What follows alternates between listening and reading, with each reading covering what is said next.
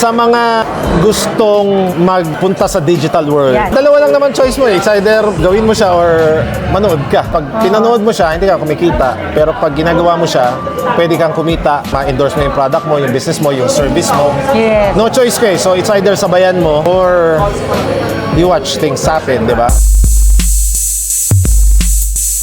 Here we are right now with Sir Butch Tan. Di ba? Hello. Sir, what made you decide magpunta sa digital world from dating networker? Good question. Na-realize ko kasi that time, kung yung malalaking tao nagko-content, malalaking Yes. negosyo nagko-content, ibig sabihin, ito talaga yung direksyon. Lahat online na talaga.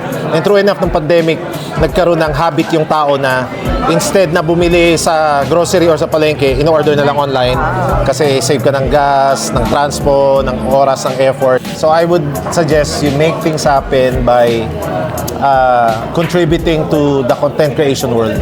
Kasi anybody can do